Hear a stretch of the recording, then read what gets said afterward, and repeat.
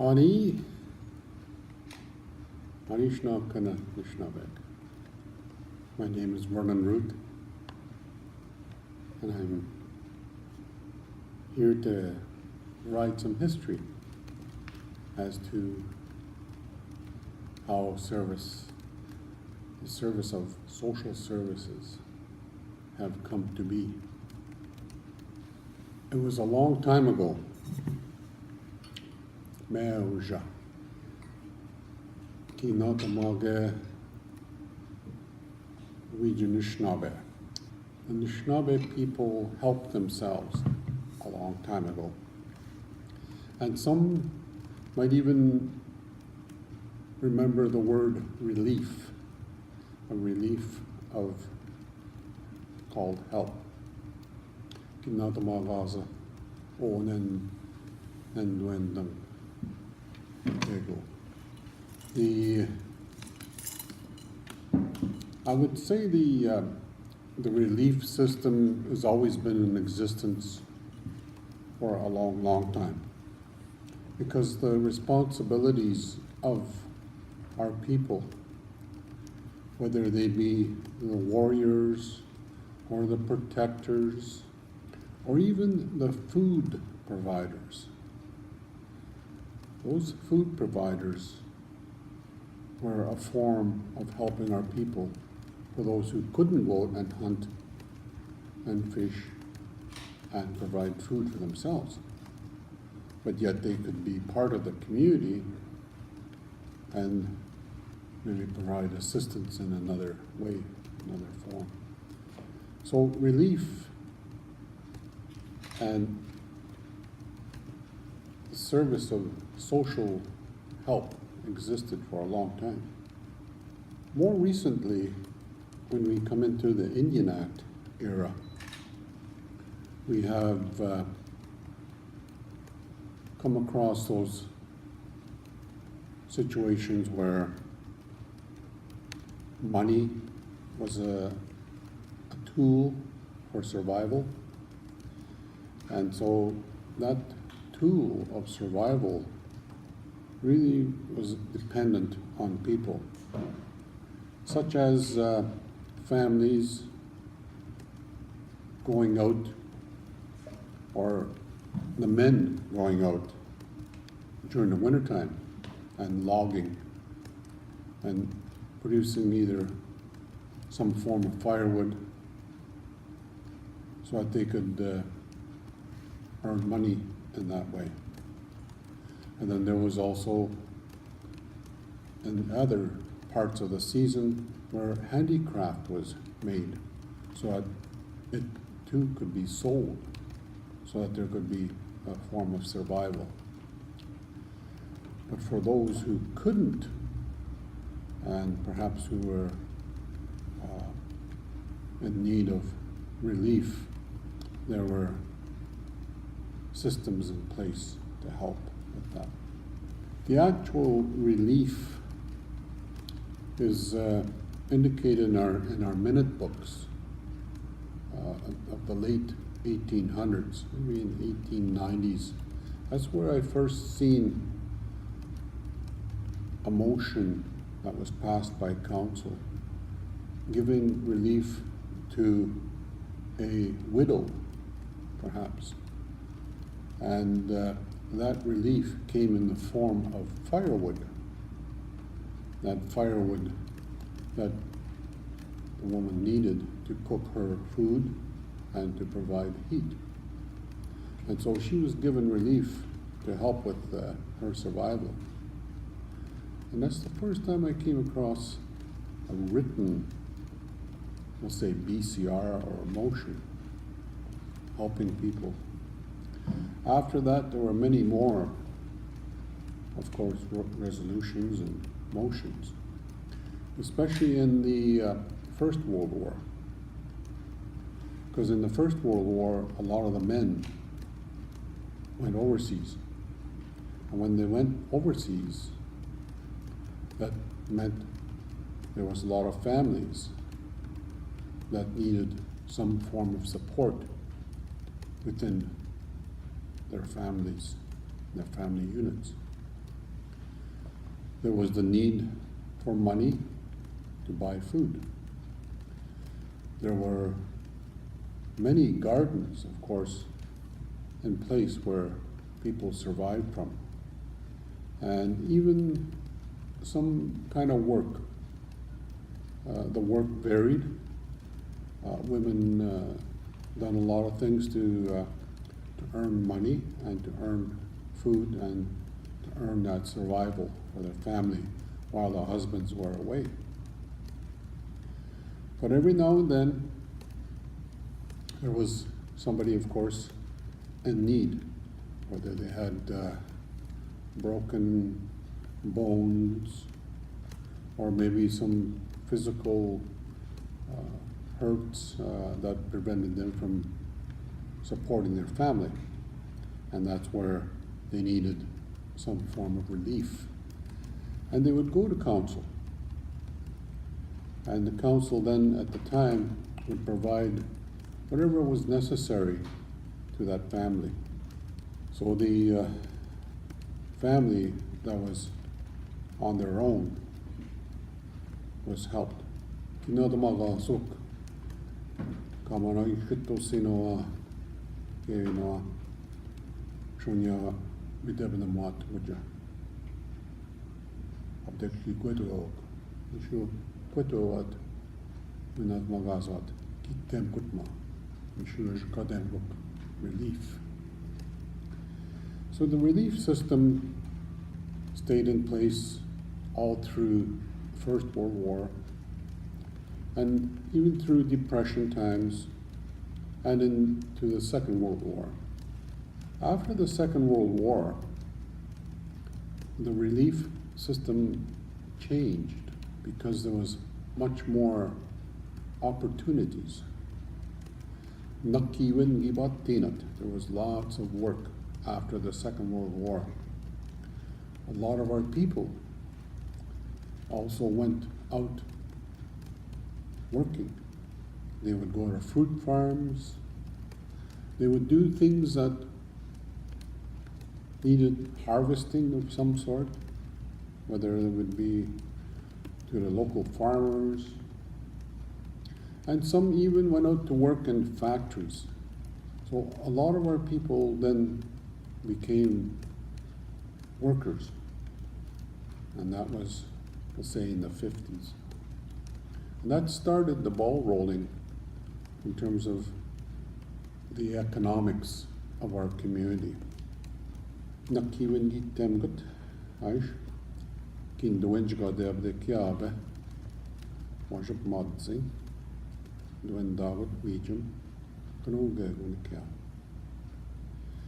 And so that need to help in the form of relief was still there, because you had situations, perhaps family situations,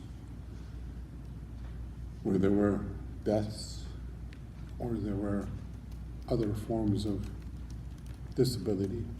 Perhaps somebody got sick and couldn't work, and perhaps they went to the hospital, or there were just so many things that were still happening. In the 60s, a lot of people started to work with the governments to try and say, what kind of responsibility does the government have for our people in providing jobs, things like that?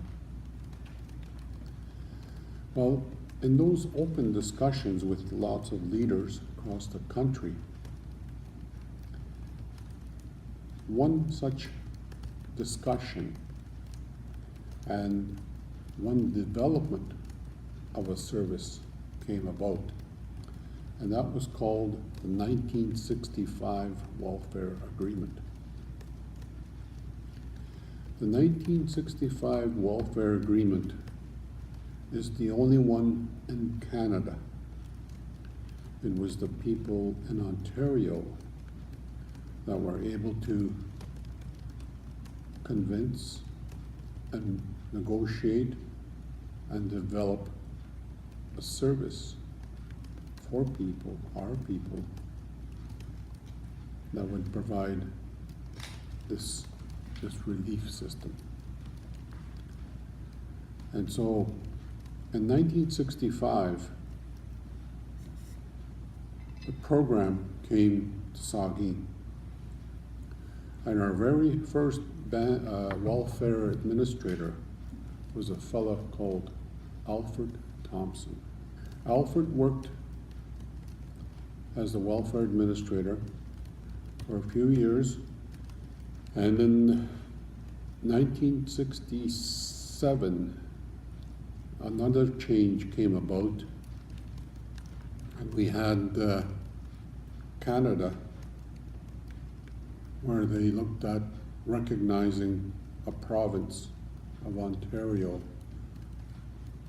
as a identity, a separate government identity, and the birth of the province of Ontario came in 1967. And so in 1967, those agreements, such as the 65 welfare agreement, remained in place. And of course, our own personal history within our community.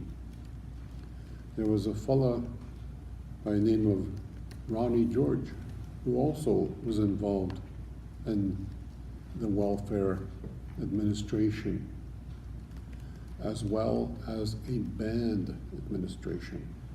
Because in 1967, the provincial leadership, or the federal leadership, under Prime Minister Diefenbaker, provided some different services within the country alongside the development of a province. So in that celebration time period of 67, there was a fair amount of infrastructure money put into the community. And in that infrastructure money portion, there was the creation of a band administration building. And so a building was created right beside the existing council hall, where we have the present day band office. A building was created to house the band administrator and the welfare administrator. The combination of the two positions came together, the welfare administrator and the band administrator. Another fella was also in that era, and his name was Wilfred Thompson. Wilfred also was a band administrator for a couple of years during that period of time. And in that period of time, much discussion took place about how we should try and separate the two positions, the welfare administrator and the band administrator. Eventually, it did separate. In 1973, I believe, that is when our first welfare administrator was able to have their own office, and the band administrator position was also separate. I was the band administrator and welfare officer in 1971 and 72, and I worked with the band council at the time, following up on those discussions of how we could create two positions out of one. And so in 1973, there was the birth of our own welfare system and Saugeen. So our social service system back in the early 70s was going through changes as well.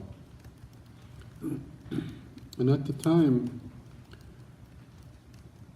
our council really wanted to develop a program where it would help our own people as well as the people helping themselves.